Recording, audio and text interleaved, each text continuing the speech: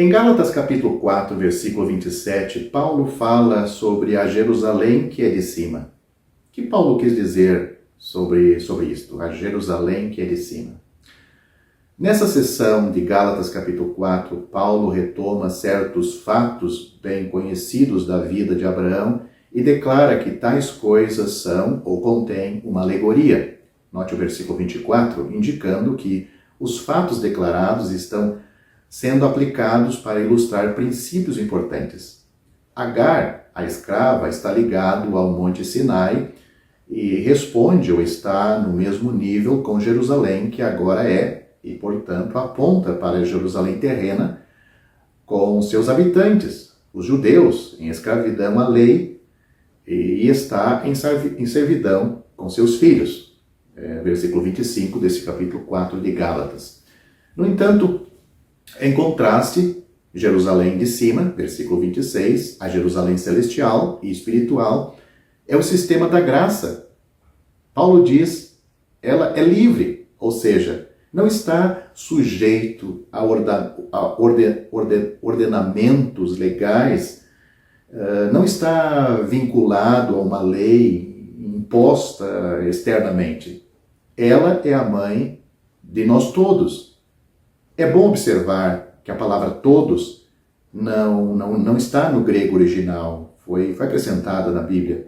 O escritor inspirado tem particularmente em mente aqueles que foram judeus. A Jerusalém celestial era agora a metrópole, a cidade-mãe do cristianismo, assim como a Jerusalém terrena havia sido a metrópole do judaísmo. Essa mãe agora dava aos crentes origem e formação de caráter. Os cristãos nasceram do alto. Paulo diz, pois está escrito, para declarar a afirmação de que a Jerusalém que está em cima é a mãe, simbolicamente, de todos os que são de fé ou da fé. E isto encontra seu apoio na linguagem de Isaías, capítulo 54, versículo 1. Sara era a estéril e desolada que chorava pelos filhos. Agar era a mulher que tinha marido, mas no devido tempo a posição foi invertida. Paulo cita o versículo como forma de aplicação para estabelecer o fato de que os filhos da Jerusalém celestial serão em muito mais numerosos do que os da Jerusalém terrestre. Os filhos trazidos pela graça seriam mais numerosos dos que estavam sob a lei. Deve-se notar que em Isaías capítulo 54, versículo 1, quanto à sua interpretação, faz referência à prosperidade de Israel quando a nação é finalmente restaurada ao favor de Deus. Israel, antes do cativeiro, é referido como a mulher casada. Aqui em Gálatas capítulo 4, versículo 27, faz referência a ela, a que tem marido. Israel em cativeiro era e permanece no presente estéril e desolada. No entanto, naquele dia do milênio, após o arrebatamento, que Deus vem tratar com Israel, durante a tribulação e grande tribulação, mas agora no milênio, Israel será ainda mais frutífero do que era como a esposa casada antes de seu cativeiro e desolação. O Senhor Jesus disse uma certa vez, em verdade vos digo, que quem ouve a minha palavra e crê naquele que me enviou tem a vida eterna e não entrará em condenação, mas passou da morte para a vida. Isto está em João, está registrado em João o Evangelho de João, capítulo 5, versículo 24. Tenho certeza de que você está interessado nas palavras de muitos grandes homens e mulheres de nosso tempo. Presidentes, estadistas, executivos, reis, todos tiveram coisas interessantes e convincentes para nos dizer, mensagens para nós que podem afetar nosso pensamento e até mesmo mudar nossas vidas. Considere a pessoa que falou as palavras que começamos este vídeo, pois ele disse, verdadeiramente, verdadeiramente. Ele não é um político, CEO ou professor. Ele não era um presidente, almirante ou general. mas a pessoa mais poderosa que este mundo já viu. O Senhor Jesus Cristo, Deus manifestado em carne, o Filho de Deus que veio do céu. Ele diz: eu vos digo. Pode ser mais direto, mais profundo do que isto? Esta é uma mensagem que afeta não apenas sua vida aqui na terra, mas também seu destino na eternidade. Então, pare e ouça o que esta grande pessoa tem a dizer. Tem a dizer a você. Esquece dos outros. Aqui está algo em que se pode confiar por causa de quem de quem essa pessoa é. O que então ele diz?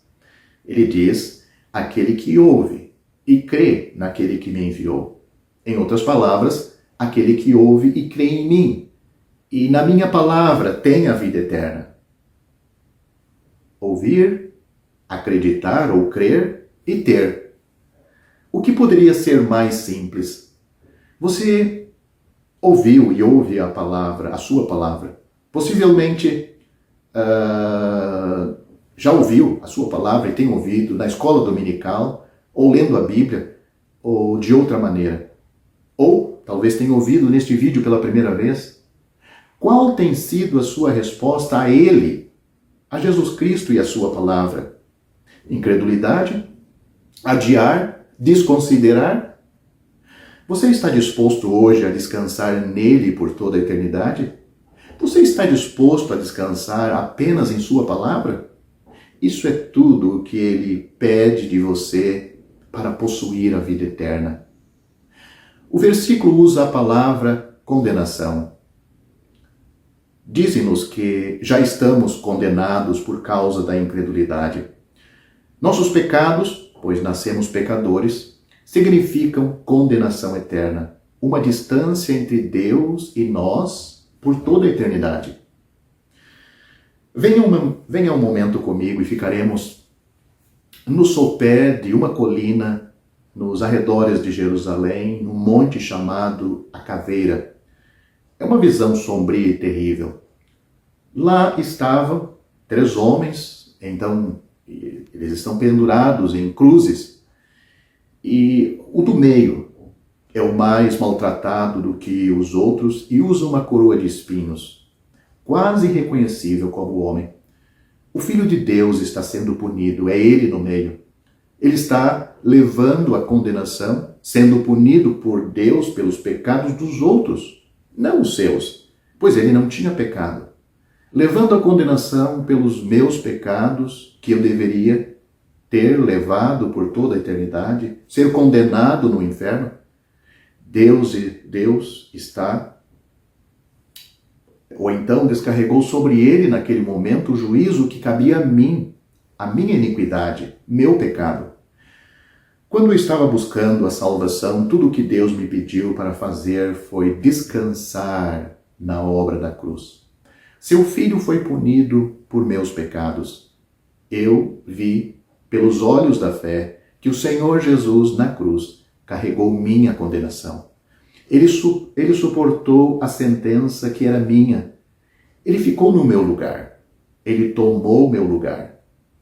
Esta é a verdade que liberta os pecadores. Sua palavra, a palavra do Senhor, para você é: creia em mim. Confie sua alma a Ele. Você não será mais condenado. É o que Ele está dizendo. Você terá passado da morte eterna para a vida eterna.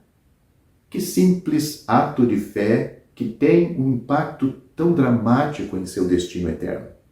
Você passará da morte, do inferno, para a vida eterna no céu com aquele que carregou seus pecados na cruz. Agora mesmo, permita que seus pensamentos vão para o Calvário. Veja que ele morreu por você e creia na sua palavra que diz a você: tem a vida eterna. Aquele que crê em mim tem a vida eterna. Você acredita nisto? Ele diz que aqueles que creem na palavra de Deus têm a vida eterna. Isaías capítulo 53, versículo 5 diz: pelas suas pisaduras. É uma profecia sobre a morte de Cristo. pelas suas pisaduras fomos sarados. Na língua original, no hebraico, nós somos, torna-se nós fomos. Você consegue ver isto?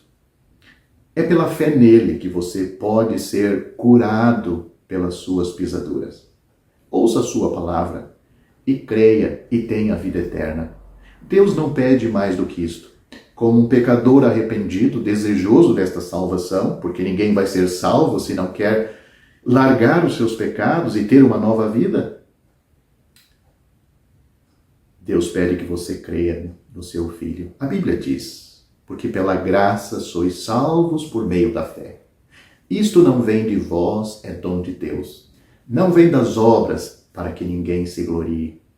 E em nenhum outro há salvação, porque também debaixo do céu nenhum outro nome há dado entre os homens, pelo qual devamos ser salvos.